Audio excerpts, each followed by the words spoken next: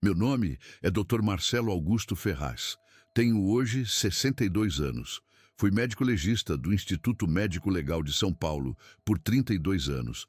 Participei diretamente de mais de 10.000 autópsias e laudos de morte suspeita. Sempre achei que, depois de tanto sangue, acidente e violência, nada mais pudesse realmente me surpreender.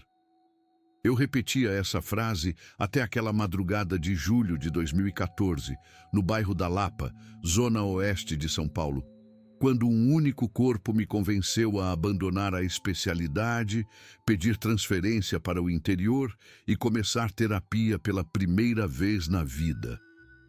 Estou gravando isso agora, em 2023, no meu consultório simples em Botucatu, interior de São Paulo, mas como um relatório tardio para minha própria consciência do que para qualquer autoridade. Oficialmente, esse caso não existe mais. O laudo foi reclassificado, as imagens sumiram do sistema e meus colegas não se lembram direito. Eu demorei quase 10 anos para juntar coragem de falar, mesmo assim, de forma anônima. Parte de mim ainda teme o que pode acontecer se alguém levar isso a sério. A verdade é simples e insuportável. Aquele corpo não deveria existir, e mesmo assim, fui eu quem o abriu, quem tocou na pele intacta sob roupas destruídas, quem viu por dentro algo que não era exatamente humano. Antes de continuar, eu preciso olhar para você que está ouvindo. Você já sentiu que alguma coisa num hospital, velório, estrada ou UTI simplesmente não fazia sentido, mas ninguém te levou a sério? Se já viveu algo assim, conta nos comentários. E se quiser ouvir mais relatos de profissionais que não têm onde desabafar, se inscreve e fica por aqui. Naquela noite, o plantão começou como qualquer outro. Café requentado, cheiro pesado de formol, o ventilador barulhento girando no corredor estreito do IML da Lapa. Eu estava de sobreaviso com um técnico experiente, o Arlindo, e um auxiliar mais novo, um rapaz de uns 20 e poucos anos que ainda reagia ao cheiro e evitava olhar demais para os corpos.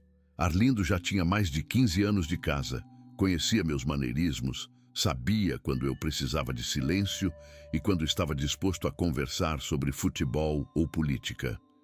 Era um dos poucos que conseguia ficar horas numa sala gelada sem perder o bom humor.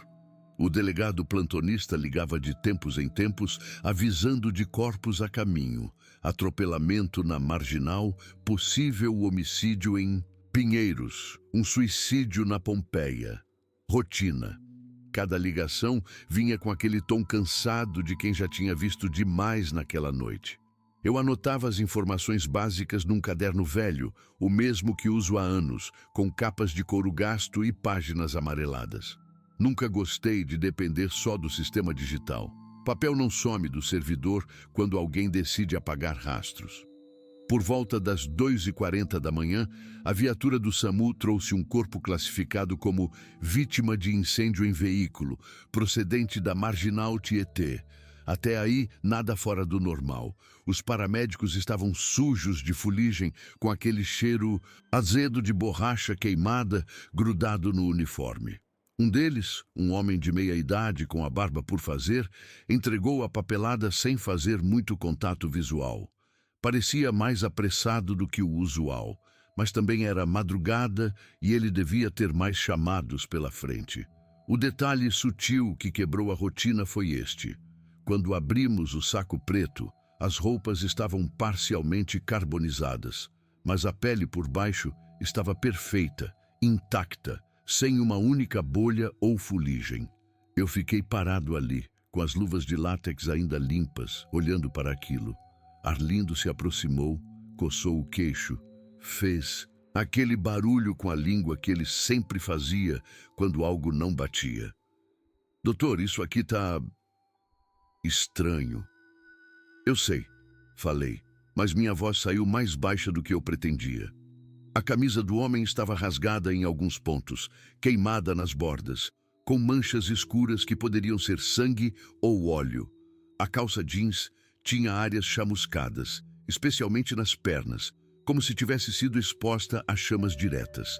mas a pele embaixo era rosada, lisa, sem vermelhidão, sem aquela textura enrugada que a queimadura deixa, nem mesmo aquela descoloração inicial que aparece nas primeiras horas. Peguei uma lanterna e examinei o pescoço, as mãos, os braços, tudo perfeito. Sem pelos chamuscados, sem bolhas, sem aquele cheiro característico de carne queimada que gruda na sala por dias. Apenas o cheiro fraco das roupas destruídas e um leve odor de gasolina. Arlindo se afastou um pouco, cruzou os braços. O auxiliar ficou do outro lado da sala, fingindo organizar instrumentos, mas eu via que ele estava evitando olhar diretamente para a mesa. Eu já tinha visto corpos queimados antes, muitos. Sei como a pele reage ao calor intenso, como os músculos se contraem, como os ossos ficam expostos em casos graves. Sei que um corpo não sai ileso de um incêndio, mesmo que tenha morrido antes das chamas começarem. O calor deixa marca, sempre deixa. Mas ali, nada. Apenas roupas destruídas cobrindo um corpo que parecia ter sido preparado para uma aula de anatomia. Peguei a ficha de identificação. Ricardo Luiz Menezes, 36 anos, analista de sistemas, residente em Moema. O endereço estava escrito com letra apressada, quase ilegível. Não havia muito mais. Sem alergias conhecidas, sem medicação contínua, sem contato de emergência preenchido, o campo de observações estava em branco.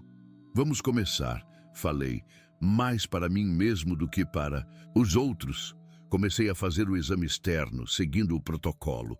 Registrei altura, peso, características físicas básicas. Tudo dentro do esperado para um homem adulto de meia idade. Mas, conforme eu ia tocando, medindo, anotando, uma sensação estranha ia crescendo. A pele tinha uma textura diferente. Não era áspera, não era úmida demais. Era neutra, como se não tivesse transpirado nunca, como se não tivesse sido exposta ao sol, ao vento, à vida. Virei o corpo de lado para examinar as costas. Nenhuma marca de nascença, nenhuma mancha, nenhum sinal. As costas de um adulto sempre têm alguma coisa. Uma espinha antiga, uma marca de acne, um arranhão que virou cicatriz. Mas ali, nada. Apenas pele lisa, uniforme, sem história. Arlindo se aproximou de novo, olhou por cima do meu ombro. Ele é meio perfeito demais, não é, doutor? É, respondi. É exatamente isso. Ficamos ali em silêncio por alguns segundos, só o zumbido do ventilador e o barulho distante de uma sirene na rua. Eu já estava com aquele aperto no peito, aquela sensação de que algo estava errado, mas eu ainda não conseguia nomear o quê. Vamos tirar as impressões digitais, falei, e chama o fotógrafo. Quero tudo registrado. O auxiliar saiu correndo, aliviado por ter uma desculpa para deixar a sala. Arlindo pegou a almofada de tinta e começou o procedimento. Segurou a mão direita do corpo, pressionou cada dedo na tinta, depois no papel. Repetiu o processo. Parou. Olhou para o papel, depois para a mão, depois para mim. Doutor, tem alguma coisa errada aqui. Deixa eu ver. Ele me mostrou o papel. As impressões estavam ali, mas algo nelas me deixou gelado. As linhas eram regulares demais, simétricas, quase como se tivessem sido desenhadas com régua. Não havia aquelas irregularidades naturais, aquelas quebras e assimetrias que fazem cada digital ser única. Era como olhar para uma cópia mal feita de uma impressão digital real. Tenta de novo, pedi, embora soubesse que não ia mudar nada. Arlindo repetiu, limpou os dedos com álcool, tentou outra vez. O resultado foi o mesmo. Linhas perfeitas, padrões que não deveriam existir em um ser humano. Aquilo foi quando eu soube, pela primeira vez, que algo muito maior do que um simples erro de identificação estava acontecendo. Mas eu ainda não queria admitir. Ainda não podia. Vamos prosseguir, falei, e minha voz saiu mais firme do que eu me sentia. Por dentro, colocamos o cadáver na mesa fria, o metal gelado refletia a luz fluorescente do teto, aquela luz branca e crua que não deixa nada escondido.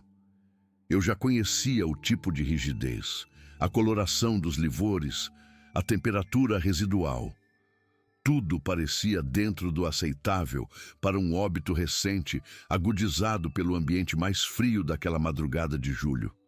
A rigidez cadavérica estava presente nos músculos maiores, o que indicava algumas horas desde a morte. Os livores, aquelas manchas roxas onde o sangue se acumula por gravidade, estavam nas costas e nas nádegas, compatível com o corpo tendo ficado deitado. Mas à medida que eu examinava, algo me incomodava. A pele era lisa demais, sem cicatrizes, sem sinais de acne antiga, sem calos, sem marcas de corte, nem mesmo aquelas manchas discretas que qualquer adulto acumula ao longo dos anos. Nem sardas, nem pintas, nem aquela descoloração que o sol deixa nos braços de quem dirige. Era como se aquele corpo nunca tivesse vivido um dia sequer exposto ao mundo. Olhei para as mãos com mais atenção. As palmas não tinham calos. Nenhum sinal de trabalho manual, mas também nenhum sinal de trabalho com computador. Não havia aquele leve espessamento da pele que aparece em quem digita por anos, nem o desgaste característico de quem segura ferramentas, canetas, volantes. As unhas estavam cortadas de forma perfeita, sem cutículas ressecadas, sem aquelas manchinhas brancas que aparecem por trauma ou deficiência de nutrientes.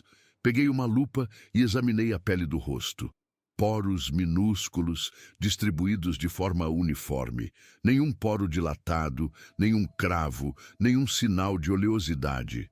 A barba por fazer era tão regular que parecia ter sido aparada propositalmente para aquele comprimento exato. Cada fio no lugar certo, crescendo no ângulo correto. Arlindo estava ao meu lado, mexendo nos instrumentos, mas eu sentia que ele também estava perturbado. De vez em quando ele olhava para o corpo, depois desviava rápido, como se tivesse visto algo que não deveria. Doutor, o relatório do SAMU menciona colisão frontal. O senhor viu algum sinal? Nada, respondi. Nenhum trauma compatível. Peguei a lupa de novo e passei pelo crânio, apalpando cuidadosamente.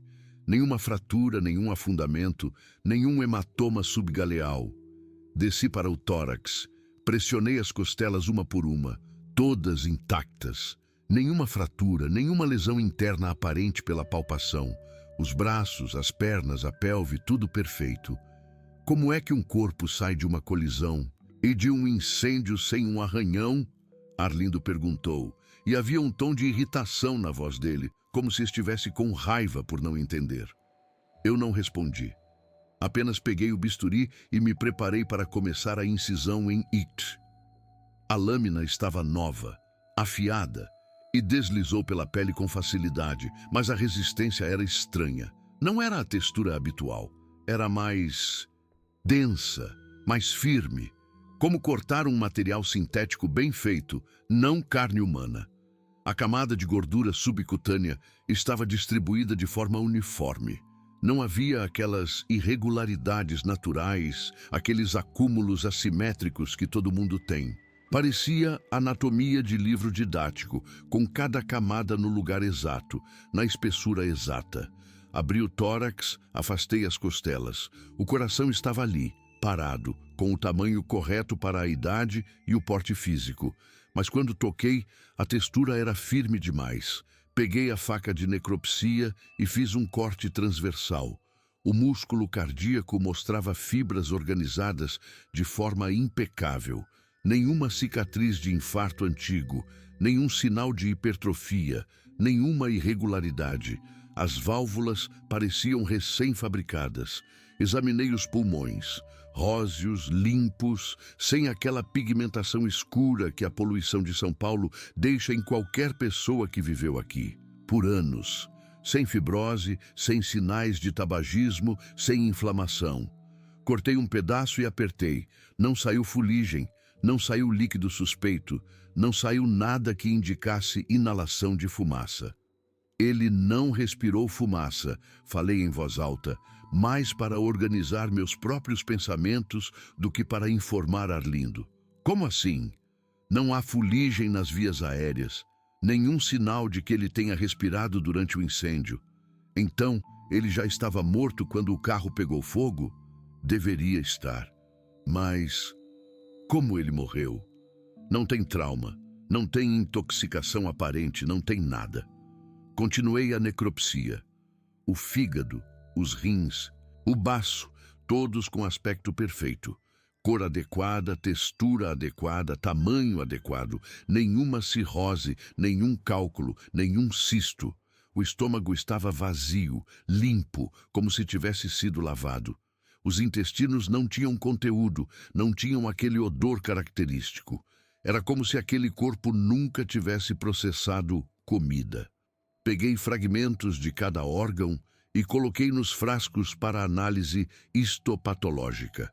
Trabalhei de forma mecânica, seguindo o protocolo que eu conhecia de cor. Mas minha cabeça estava longe dali, tentando encaixar as peças de um quebra-cabeça que não fazia sentido. Os dentes, doutor, Arlindo disse de repente. O senhor viu os dentes? Ainda não. Por quê? Dá uma olhada. Me aproximei da cabeça e abri a boca do corpo. A dentição era perfeita. 32 dentes, todos presentes, todos alinhados como em um anúncio de clínica odontológica. Brancos, sem manchas, sem desgaste, sem restaurações. Passei o dedo pelo esmalte, liso, impecável. Peguei a lanterna e iluminei a cavidade oral. Nenhuma cárie, nenhum tártaro, nenhum sinal de gengivite. A língua tinha coloração rosada, sem saburra, sem aquelas marcas laterais que aparecem por pressão dos dentes durante o sono. O palato estava intacto, sem rugosidades, sem aquelas linhas naturais que toda boca tem. Isso não é normal, Arlindo sussurrou, e havia medo real na voz dele agora. Eu sei. Ninguém tem dentes assim aos 36 anos, doutor. Ninguém. Eu sei, repeti, mas minha voz estava mais fraca. Fechei a boca do corpo e dei um passo para trás. Precisava de um momento, só um momento para respirar. A sala estava gelada, mas eu sentia suor frio na testa. Minhas mãos tremiam levemente dentro das luvas. O auxiliar voltou com o fotógrafo, um senhor baixinho de uns 50 anos que trabalhava para o IML há décadas. Ele entrou, olhou para a mesa e seu rosto mudou. Ficou pálido, deu 2 passos para trás. Eu não vou conseguir fotografar isso, ele disse. Como assim? Perguntei, já irritado com toda aquela situação. Tem alguma coisa errada nesse corpo, doutor? Eu não sei explicar, mas tem. Eu não vou conseguir. Você é fotógrafo de necropsia há quantos anos? 23. Então faz o seu trabalho. Ele hesitou, mas acabou se aproximando. Tirou as fotos do protocolo. Corpo inteiro, detalhes das mãos, pés, rosto, órgãos expostos.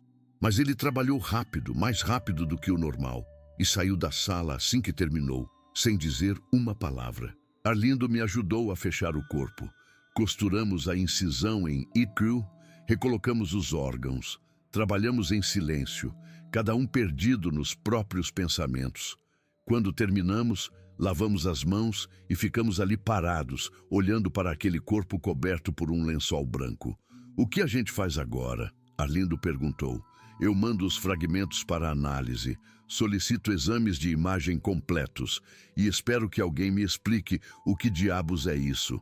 Mas eu já sabia naquele momento que ninguém ia conseguir me explicar, porque aquilo não era um corpo humano como eu conhecia, era outra coisa.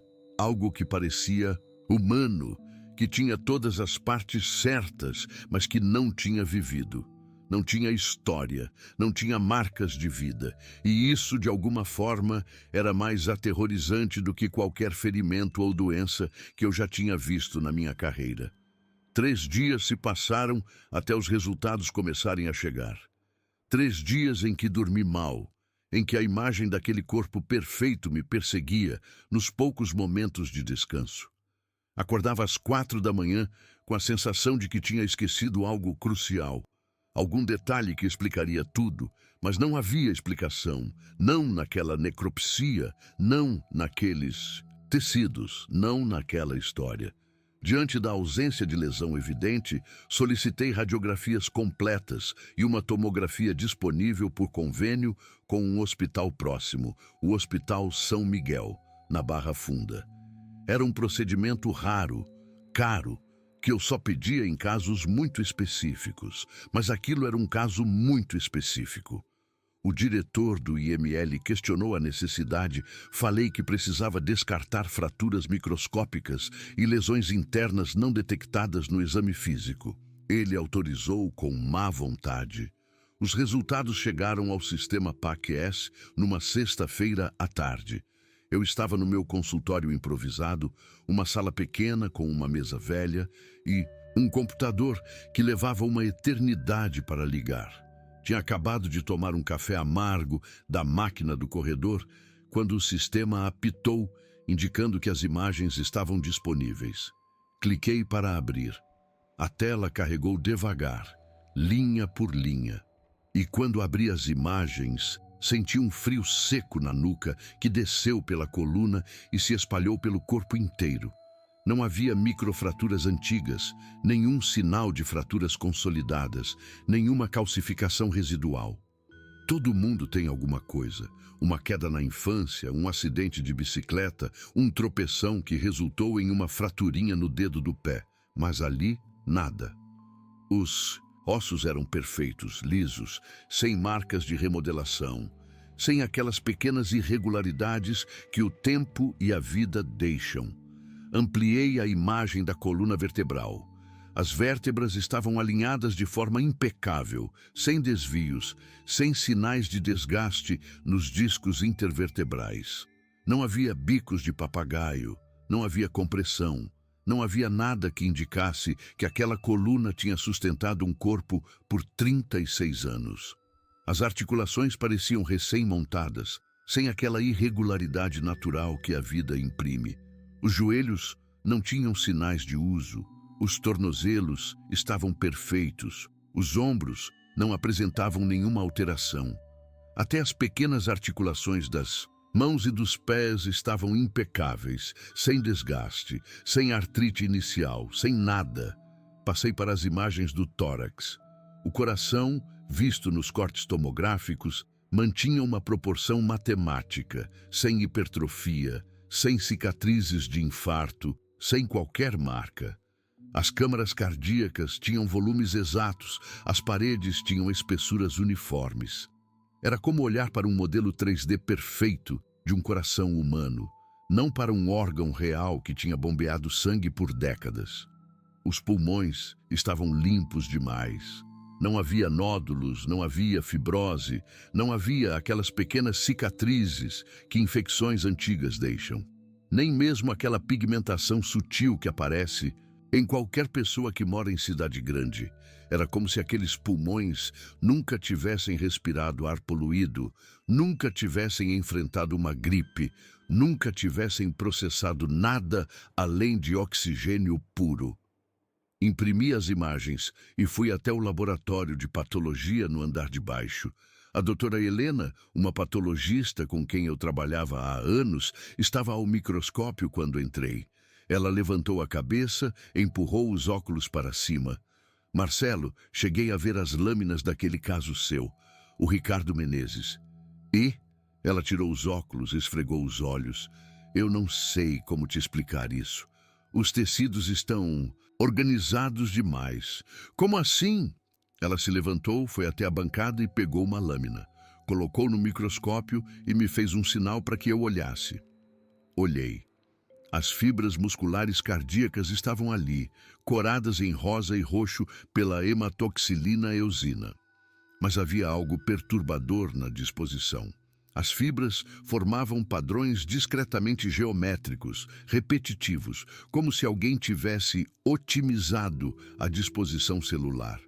Não era algo que eu pudesse descrever tecnicamente sem parecer louco, mas eu sabia reconhecer quando um tecido não se comporta como os outros.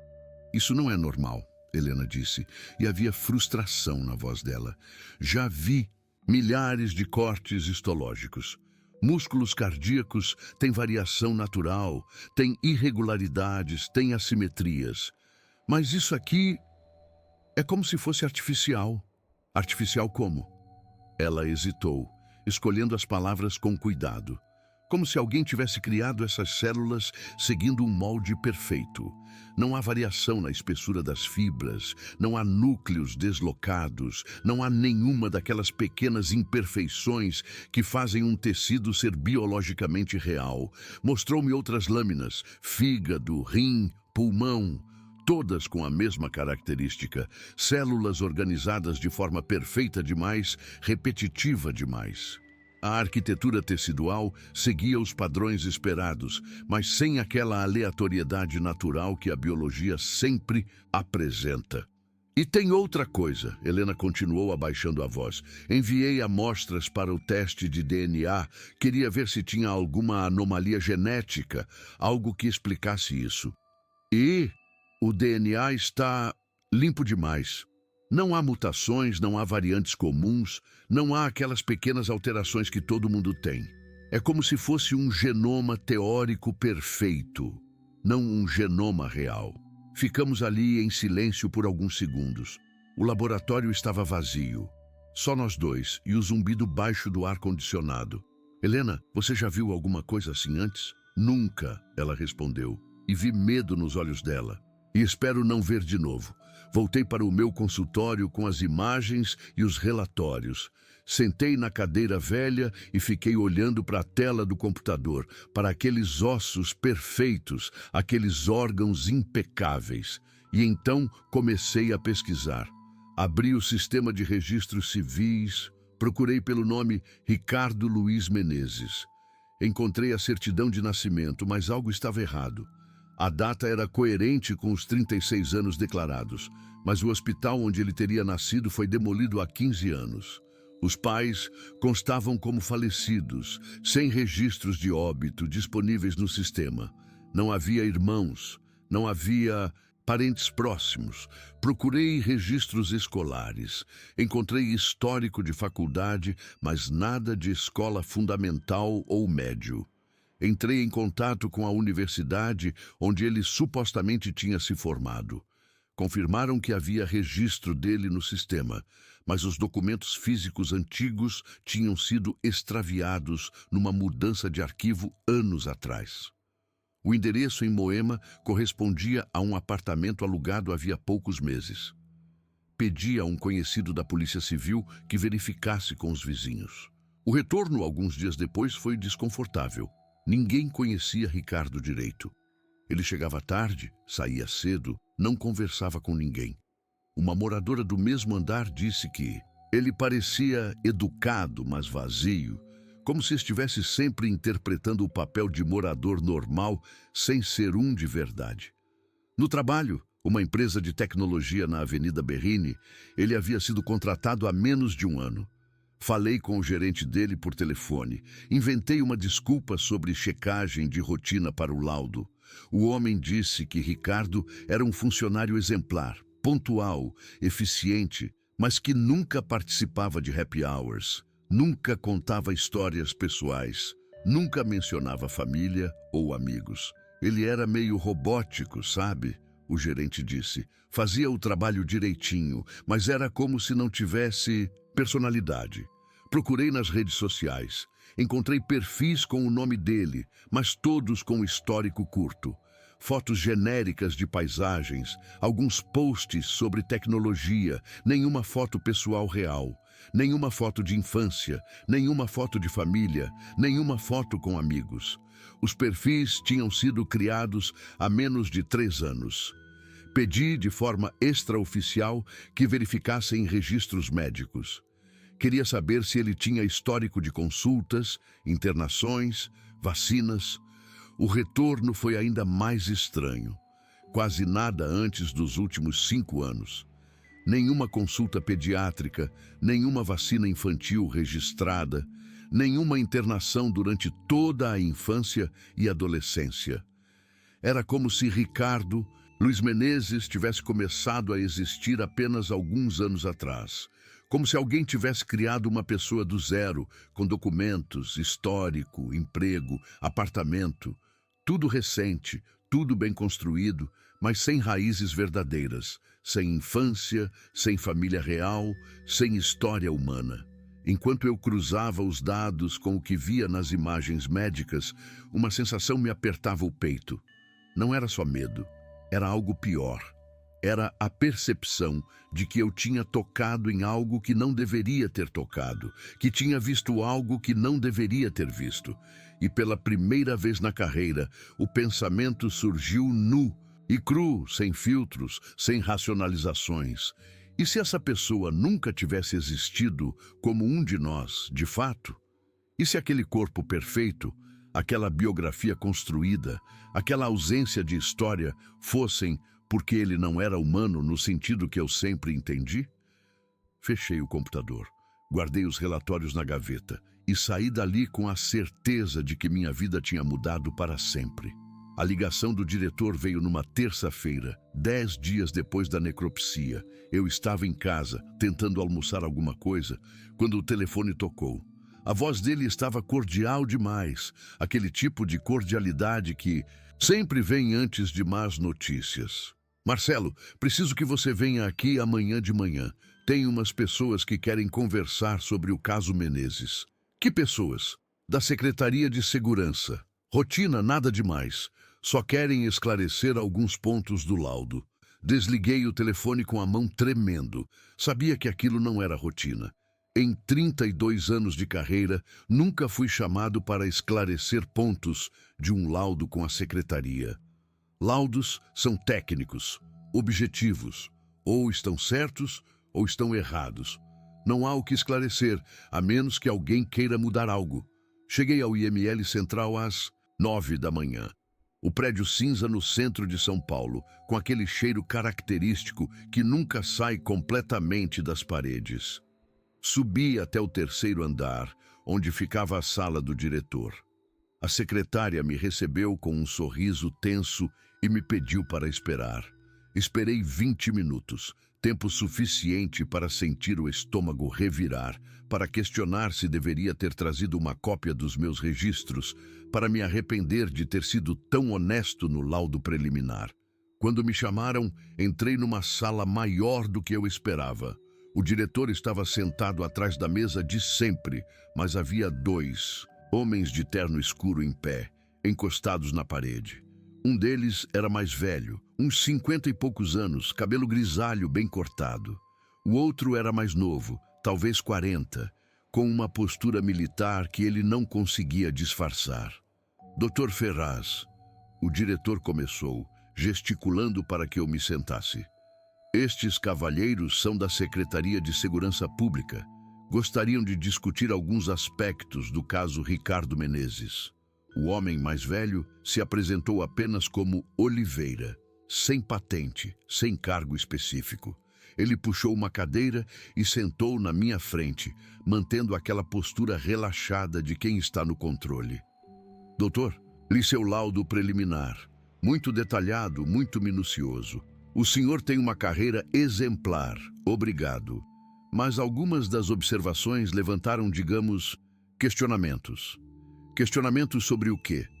Ele abriu uma pasta fina e folheou alguns papéis. Reconheci cópias das minhas anotações, das fotos, dos relatórios de exame. O senhor mencionou padrões histológicos incomuns, ausência de lesões compatíveis com incêndio, características anatômicas atípicas. São termos muito abertos à interpretação. São termos técnicos que descrevem o que eu vi. O que o senhor viu ou o que o senhor acha que viu? Senti o sangue subir para o rosto. Respirei fundo antes de responder. Eu vi um corpo com pele intacta sob roupas queimadas. Vi órgãos sem sinais de uso, sem marcas de vida. Vi tecidos organizados de forma que não deveria ser possível biologicamente. Isso está tudo documentado. Oliveira trocou um olhar com o colega mais novo, depois voltou para mim. Doutor, o senhor tem quantos anos de profissão? 32. E já passou por períodos de estresse intenso, plantões muito longos, muitos casos seguidos? O que isso tem a ver? Estresse pode afetar nossa percepção, pode fazer a gente ver coisas que não estão lá ou interpretar dados de forma exagerada. Levantei da cadeira. O diretor fez um gesto para que eu me acalmasse. Marcelo, senta, por favor. Não estou estressado, falei, mas sentei mesmo assim e não inventei nada. Tudo que está no laudo é real, verificável. O homem mais novo finalmente falou, e sua voz era mais dura, mais direta. Verificável até certo ponto, doutor. Porque, veja bem, quando acessamos as imagens que o senhor solicitou, encontramos algumas inconsistências. Inconsistências? Ele puxou um laptop da bolsa, abriu e girou a tela na minha direção. Reconheci o sistema Pax, o mesmo que eu tinha usado. Mas quando ele abriu as tomografias do Ricardo Menezes, meu estômago caiu. As imagens eram diferentes, completamente diferentes. O corpo mostrava áreas de queimadura irregulares, bolhas subepidérmicas, sinais claros de exposição ao fogo. Os ossos apresentavam microfraturas compatíveis com trauma por colisão. Os órgãos tinham características normais, com pequenas irregularidades, variações de densidade, tudo que faltava nas imagens originais. Isso não é o que eu vi, falei, e minha voz saiu rouca. Mas é o que está no sistema, Oliveira respondeu com aquela calma irritante. É o que foi registrado oficialmente. Alguém mudou as imagens. Ou o senhor se enganou na primeira análise. Eu não me enganei. O silêncio na sala foi longo, pesado. O diretor olhava para a mesa, evitando meu olhar. Os dois homens me observavam com aquela expressão neutra, profissional, que não deixava escapar nada. Oliveira fechou o laptop e se levantou. Doutor Ferraz, nós entendemos que o trabalho do senhor é difícil, psicologicamente desgastante. Por isso estamos sugerindo que o senhor tire uns dias de folga, uns 15, 20 dias. Descanse, passe um tempo com a família, consulte um terapeuta, se achar necessário. Não preciso de folga. É uma sugestão muito forte, doutor. O homem mais novo disse, e havia ameaça nas entrelinhas. Saí daquela sala com as pernas bambas, com raiva e medo misturados no peito. Voltei para o meu consultório improvisado e tentei acessar as imagens de novo. Elas tinham sido substituídas. Procurei minhas anotações originais no caderno de couro. Ainda estavam lá, com minha letra, descrevendo tudo em detalhes. Mas no sistema digital, tudo tinha mudado.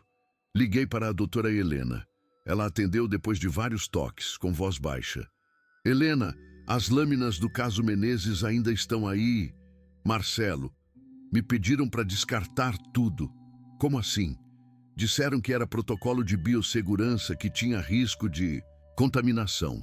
Levaram tudo ontem. Quem levou? Não sei. Uns técnicos que eu nunca tinha visto. Eles tinham autorização assinada. Desliguei. Sentei na cadeira e fiquei olhando para a parede. Entendi então o que estava acontecendo. Não era apenas uma correção de laudo. Era uma operação completa de apagamento, imagens substituídas, materiais biológicos destruídos, testemunhas silenciadas. Nos dias seguintes, tentei conversar com Arlindo. Encontrei ele no corredor, esperando a viatura trazer um novo corpo. Arlindo, você lembra do caso do Ricardo Menezes?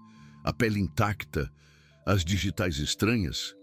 Ele coçou a testa, olhou para os lados. Doutor, eu lembro que o caso era esquisito, mas não sei se era tudo isso. A gente vê tanta coisa aqui, às vezes a memória prega peça. Mas você viu, você estava lá comigo. Eu sei, doutor, mas talvez a gente tenha interpretado errado. Talvez estava mais cansado do que pensava. Você está mentindo ou está com medo? Ele baixou a cabeça. Tenho família, doutor. 2 filhas na escola. Não posso arriscar. Entendi ali que ele tinha recebido a mesma visita, ou algo parecido, e tinha escolhido a segurança da família ao invés da verdade. Não o julguei. Talvez eu fizesse o mesmo no lugar dele. O fotógrafo também sumiu. Transferido para outra unidade, disseram. O auxiliar pediu demissão 1 semana depois, alegou problemas pessoais.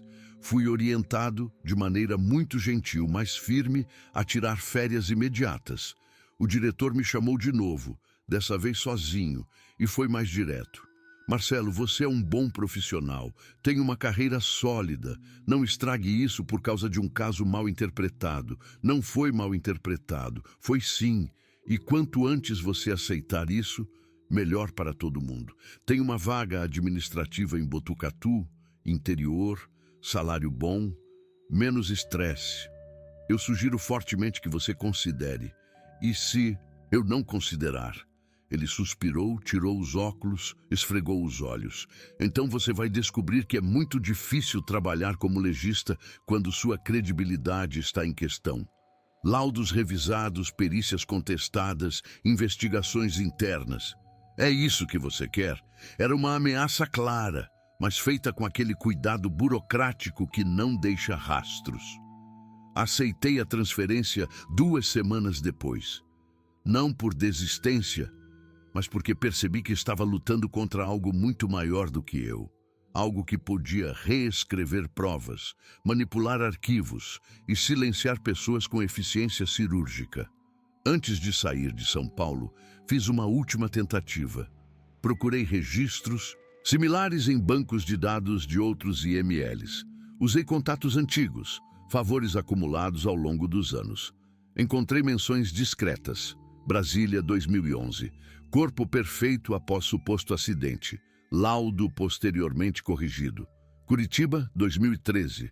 Necropsia com achados atípicos. Patologista afastado por estresse. Recife, 2009. Caso arquivado após contaminação de amostras. A semelhança era assustadora. Sempre um corpo exemplar. Sempre uma biografia recente. Sempre um laudo corrigido logo depois. E sempre profissionais afastados, transferidos ou silenciados. Havia um padrão, e eu tinha me tornado parte dele. 5 meses depois, eu estava tentando construir uma rotina nova em Botucatu. A cidade era menor, mais calma, sem o trânsito infernal de São Paulo, sem o cheiro de formol grudado na roupa. Aluguei uma casa simples num bairro tranquilo. Comecei a trabalhar numa clínica de medicina do trabalho. Exames periódicos, atestados, avaliação de capacidade laboral. Nada que envolvesse morte, nada que me forçasse a olhar por dentro de alguém. Mas o caso Ricardo Menezes me seguiu. Não fisicamente, mas dentro da cabeça, como uma ferida que não cicatriza direito. Eu acordava de madrugada pensando nos tecidos organizados demais, na biografia construída, nas imagens que foram substituídas. Comecei terapia pela primeira vez na vida, com uma psicóloga de uns 40 anos que atendia num consultório apertado perto da rodoviária. Nas primeiras sessões, tentei explicar o que tinha acontecido. Falei do corpo, das inconsistências, da pressão institucional. Ela ouvia com atenção, fazia anotações, mas percebi no olhar dela aquela dúvida educada. Ela acreditava que eu acreditava, mas não acreditava na história em si. Pensava que era estresse, burnout, talvez o início de algo mais sério. Depois de um tempo, parei de insistir nos detalhes. Focava em dormir melhor, em lidar com a ansiedade, em tentar me sentir normal de novo. Mas normal era uma palavra que tinha perdido o sentido. Aquele sábado de dezembro estava quente, úmido, típico do interior paulista no verão. Precisava fazer compras básicas para a casa. Arroz, feijão, café, pão, coisas simples que me faziam sentir que a vida continuava, mesmo quando a cabeça insistia em voltar para aquela sala de necropsia. O supermercado era um daqueles médios, nem muito grande nem muito pequeno, sempre lotado nos finais de semana. Peguei um carrinho, comecei a percorrer os corredores. Estava decidindo entre 2 marcas de café quando senti. Não sei explicar direito, mas foi como se o ar tivesse mudado de peso. Uma sensação física, quase elétrica, que me fez parar no meio do corredor. Olhei ao redor. Famílias normais, casais com crianças, idosos escolhendo frutas, nada fora do lugar. Mas a sensação persistia. Aquele aperto no peito que eu tinha aprendido a reconhecer quando algo estava errado. Segui até a seção de padaria, peguei 2 pães e então vi 3 pessoas à minha frente na fila do caixa. Um homem, uma mulher e uma menina de uns 5 anos. A criança segurava um pacote de biscoitos e falava animada sobre alguma coisa. A mulher sorria, ajeitava o cabelo da menina e o homem ria, inclinando a cabeça de um jeito que fez meu coração parar. Aquele perfil, aquela linha de mandíbula, a textura do cabelo, castanho claro, cortado curto, a postura dos ombros, o jeito como ele segurava o carrinho. Larguei o pão que estava nas minhas mãos. Ele caiu no chão, mas não me abaixei para pegar. Fiquei ali parado, olhando, tentando processar o impossível. Era o corpo da mesa de necropsia, em pé, respirando, vestindo uma camiseta cinza simples e calça jeans. Vivo. Minha visão ficou turva nas bordas. Senti o estômago revirar, um gosto amargo subindo pela garganta. Encostei no carrinho para não cair. As pessoas ao redor continuavam suas vidas normais. Ninguém percebia que a realidade tinha acabado de se quebrar no meio daquele supermercado comum. Eles pagaram as compras e saíram. Eu os segui, deixando meu carrinho abandonado no meio do corredor. Meus pés se moviam no automático, como se outra pessoa tivesse assumido o controle. Saí pela porta, a luz do sol me cegando por um segundo.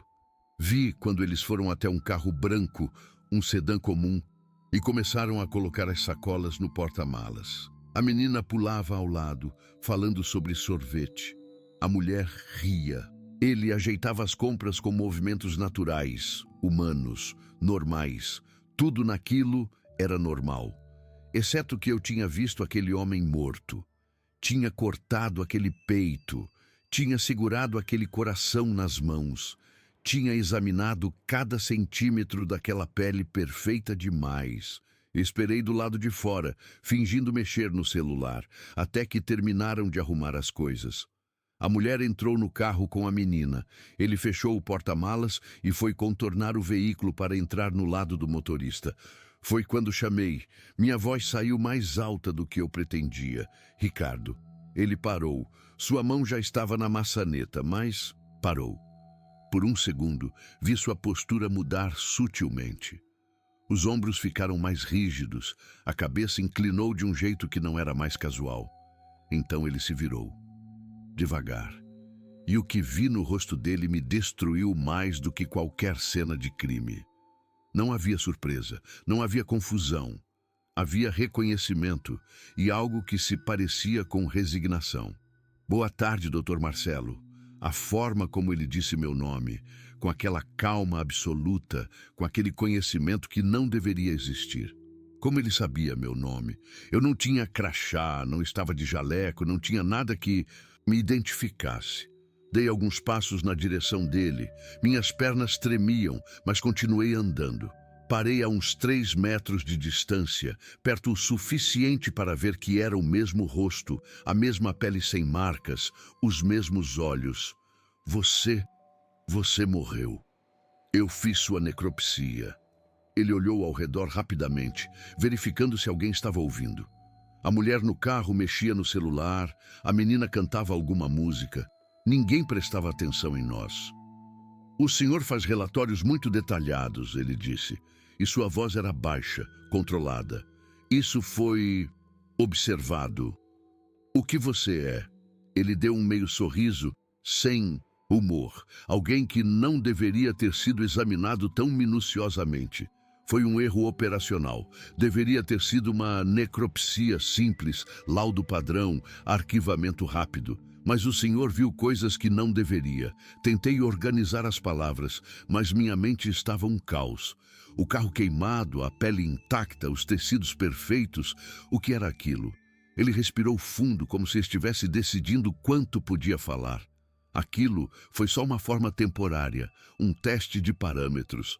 Digamos que foi uma pesquisa de campo. Às vezes é necessário verificar como vocês descrevem o que não deveriam ver. Como os sistemas de registro funcionam. Quanto tempo leva para um laudo levantar questões? Vocês Quem é vocês? Ele não respondeu. Apenas continuou me olhando com aqueles olhos que pareciam humanos, mas não eram. Não completamente. O senhor deve ter percebido que os arquivos foram ajustados, as imagens, os registros, até as memórias de algumas pessoas.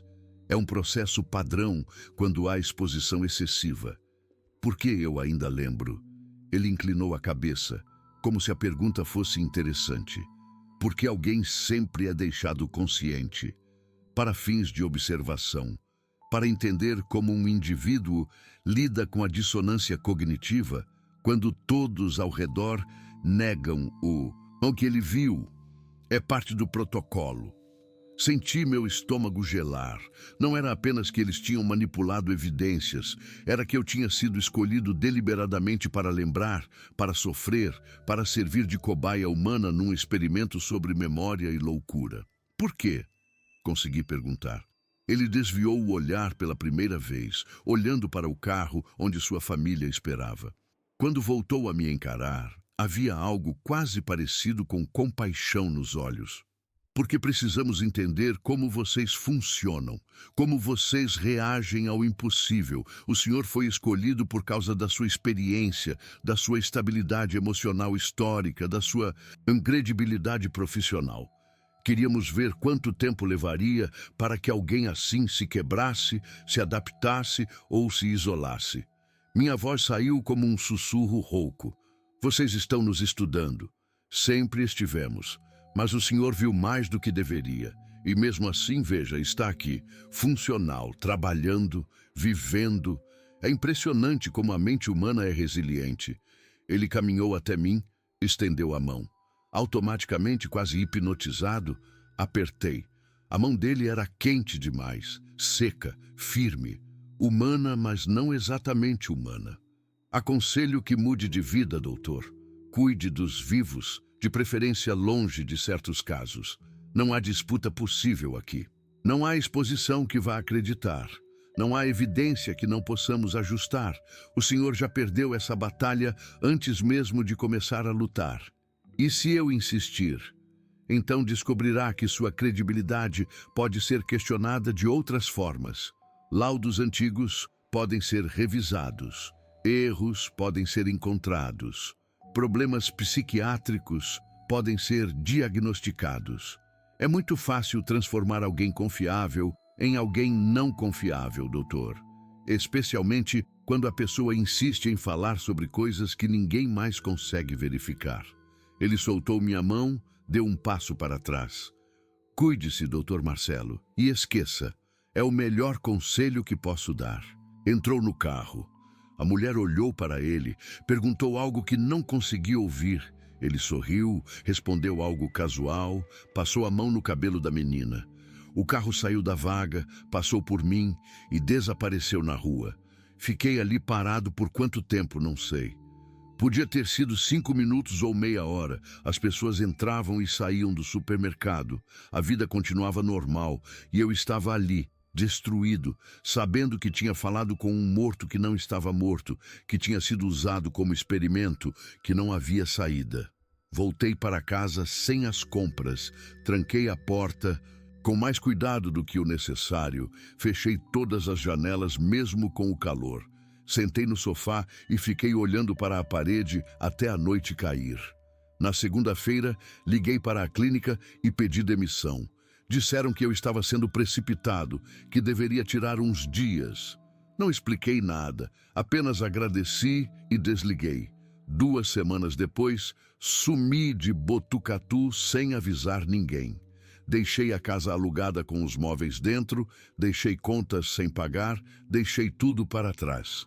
Porque entendi que não havia lugar seguro, não havia como voltar a ser quem eu era. E principalmente entendi que eu não era livre. Eu era uma cobaia observada, um experimento em andamento sobre quanto um ser humano aguenta carregar uma verdade impossível. Hoje são 2023, 9 anos desde aquela madrugada na Lapa.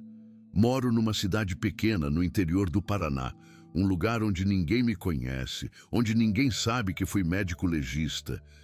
Trabalho com outra coisa agora, algo que não envolve hospitais, laudos ou corpos.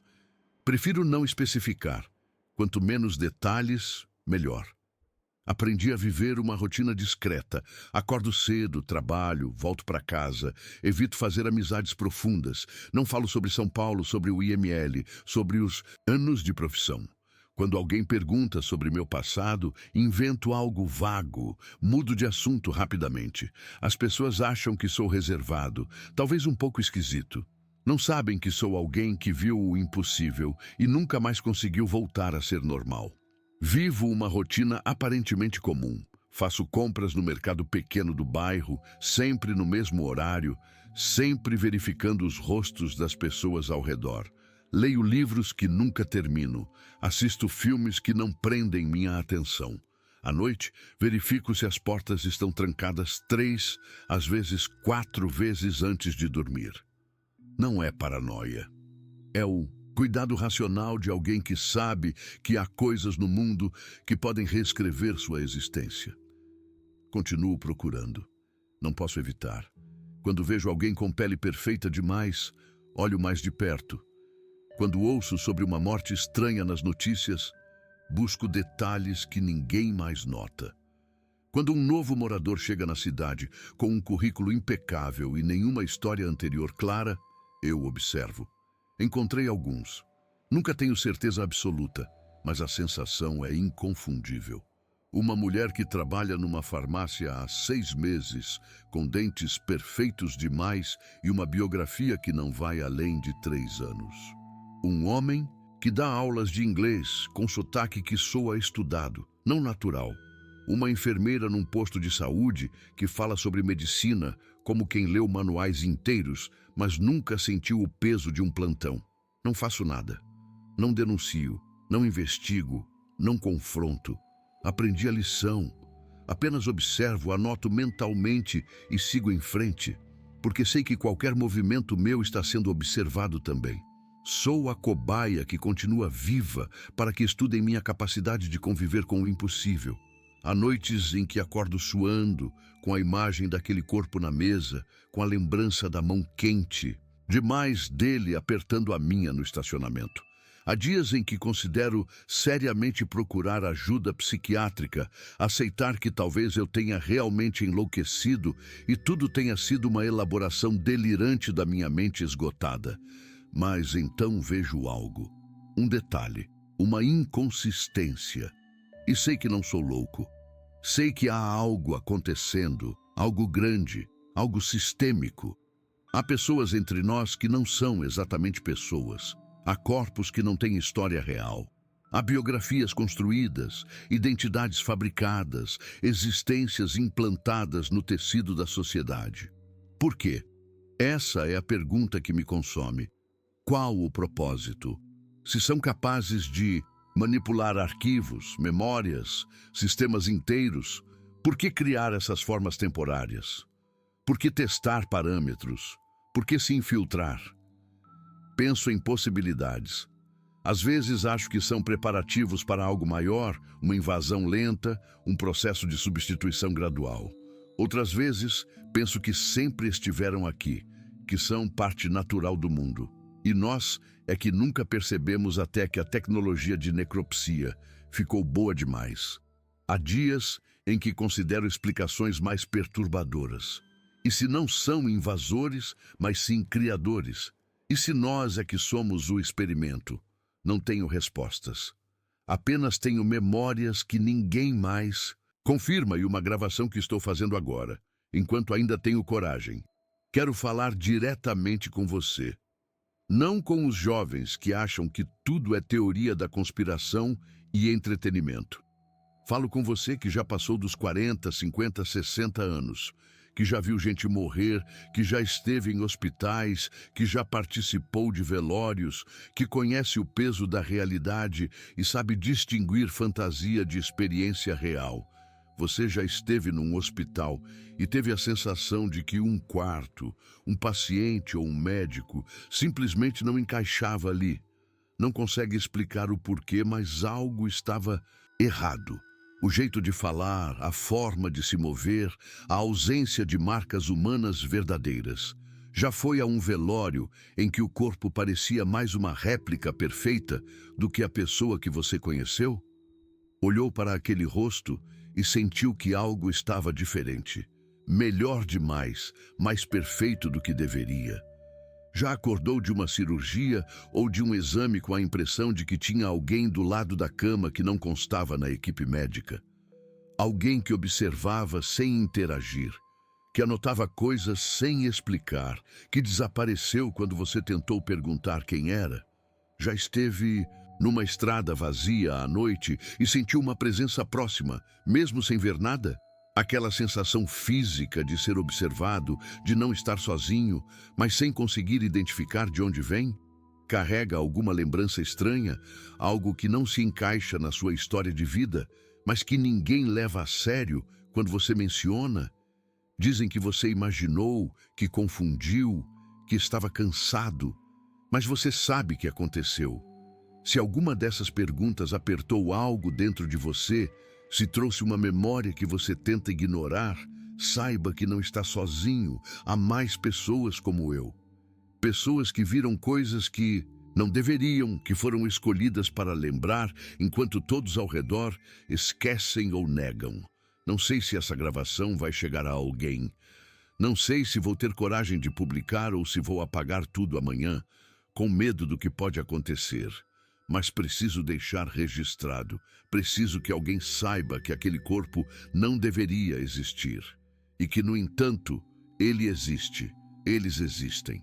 Estão entre nós.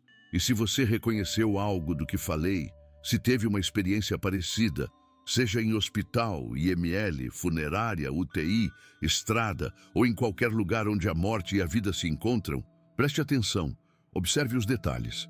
Pessoas perfeitas demais, biografias recentes demais, histórias sem raízes reais. Só não tente expor, não tente confrontar, não faça o que eu fiz, porque você vai perder.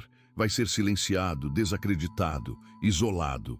E talvez, como eu, seja transformado numa cobaia viva, deixado consciente apenas para que estudem quanto tempo um ser humano aguenta carregar uma verdade impossível. A verdade é que aquele corpo não deveria existir, mas existe. E há dias em que tenho certeza absoluta de que ele não foi o único, que há centenas, talvez milhares deles, que esse é um processo em andamento que começou há muito mais tempo do que imaginamos. Vivo agora com uma aceitação inquieta. Não sou mais quem era em 2014, aquele Marcelo confiante, com carreira sólida, que achava que entendia o mundo, morreu naquela sala de necropsia. O que sobrou é alguém que sabe que não sabe de nada, que a realidade tem camadas que não conseguimos acessar, que há forças operando que podem apagar evidências e memórias com a mesma facilidade com que apagamos arquivos de computador. E, estranhamente, há uma liberdade nisso. Quando você aceita que não controla nada, que suas certezas são ilusões, você para de lutar contra o impossível e começa apenas a existir dentro dele. Não é paz, é sobrevivência. Esta gravação foi encontrada meses depois do desaparecimento do Dr. Marcelo Augusto Ferraz, registrado como sumiço voluntário pela polícia local. Nos arquivos oficiais do IML de São Paulo, não consta nenhum caso autopsiado em julho de 2014 com o nome de Ricardo Luiz Menezes ou com as características aqui descritas. Quando investigadores tentaram verificar os fatos mencionados na gravação, encontraram apenas inconsistências. O Dr. Ferraz realmente trabalhou no IML por 32 anos, mas colegas descrevem seu afastamento como resultado de estresse ocupacional severo e início de quadro de delírio persecutório. Não há registros de reuniões com pessoas da Secretaria de Segurança. Não há evidências de laudos alterados. Não há confirmação de que alguma doutora Helena trabalhou no laboratório de patologia no período mencionado. A casa que ele alugou no Paraná foi encontrada vazia, com roupas ainda no armário, comida estragada na geladeira, mas sem sinais de violência ou luta. Os vizinhos disseram que ele era quieto, reservado, parecia sempre assustado. Ninguém sabe para onde foi ou se ainda está vivo. Oficialmente, não há nada de anormal nos registros. Oficialmente, nada do que está descrito aqui realmente aconteceu. Mas a gravação existe e você acabou de ouvi-la.